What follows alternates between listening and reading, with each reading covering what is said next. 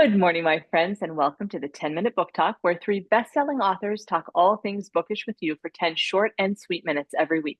I'm your host today, Rachel Linden, and I'm joined by my lovely, talented co-hostesses, Marie Bostwick and Katherine Reay. And today, we actually have a fellow Pacific Northwest author, Cheryl Bostrom, who is here to talk to us about her absolutely beautiful book, What the River Keeps. So, Cheryl, welcome to the show. We're so glad to have you. Can you tell us a little bit about your lovely story? Sure, thanks for having me.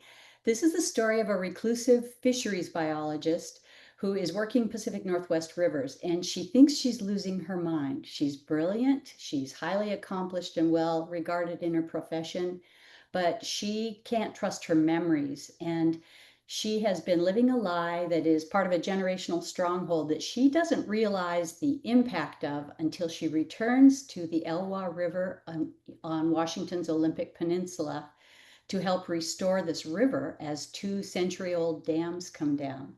So it's a story of her discovery of what the lies are in her life, and it's paralleled by the fall of these dams and the restoration of these ecosystems. So when I Oh, started that's the book, beautiful. yeah, so when I started it, I wanted to I wanted to have what happened in the natural world, as I often do in my books, parallel what was going on in the interior world of this character.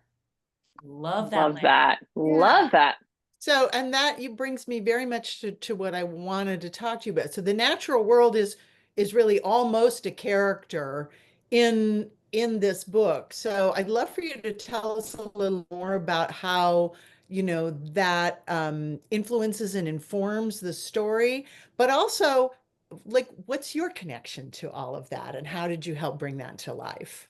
Are you a fish biologist? No one has ever said this is about a fish biologist. I was like, that's a new one.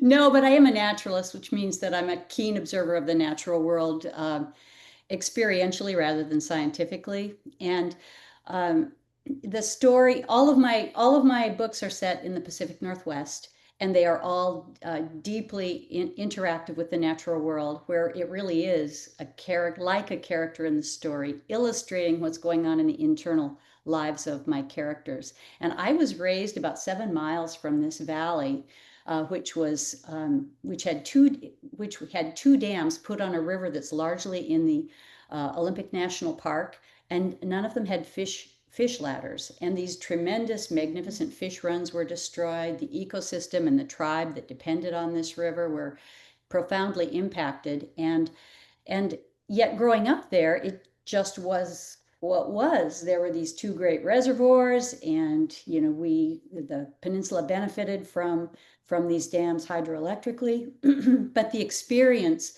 of what the land goes through and how we are connected to that is what I really want to bring across in this story and in my other stories as well.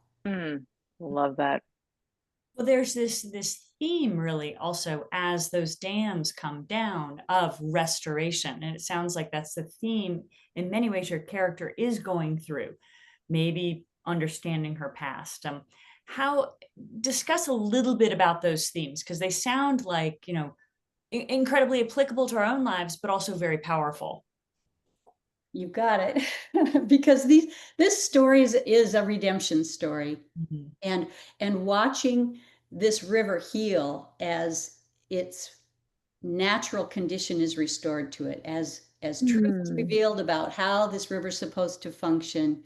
Uh, the healing is just magnificent. And when you look at the natural world, I guess I'm a firm believer that the natural world speaks to us about the character of God, about our spiritual condition, and we are emotional, physical, and spiritual readers, human beings. And so all of these elements play into this story, both the lies that are coming from the unseen world and uh, and as well as the truths on the way the creation is supposed to work. And so the theme of what happens when you've got a character whose life is basically severed by deception.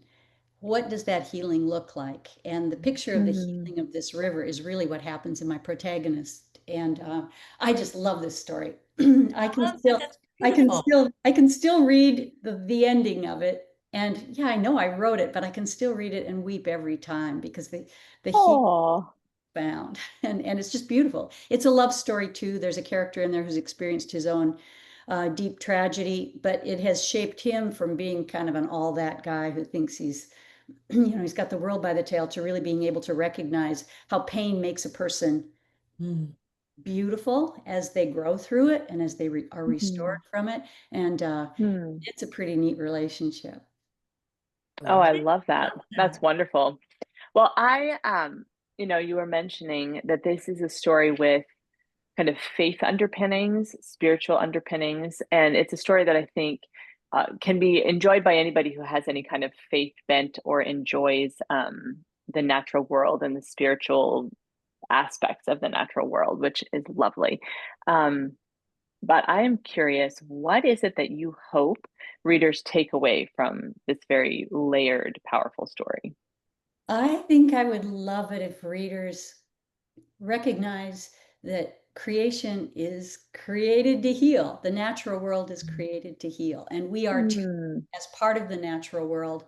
That that if this river could heal, if the lives in this story can heal, and if there are illustrations at all of what we are like, then we can know that we can heal too. And there's a native mm, elder in the tribe there who really espouses the same thing. And the timing of it, we never know the timing of our healing, and sometimes it can be a long healing. In this case, it was 100 years.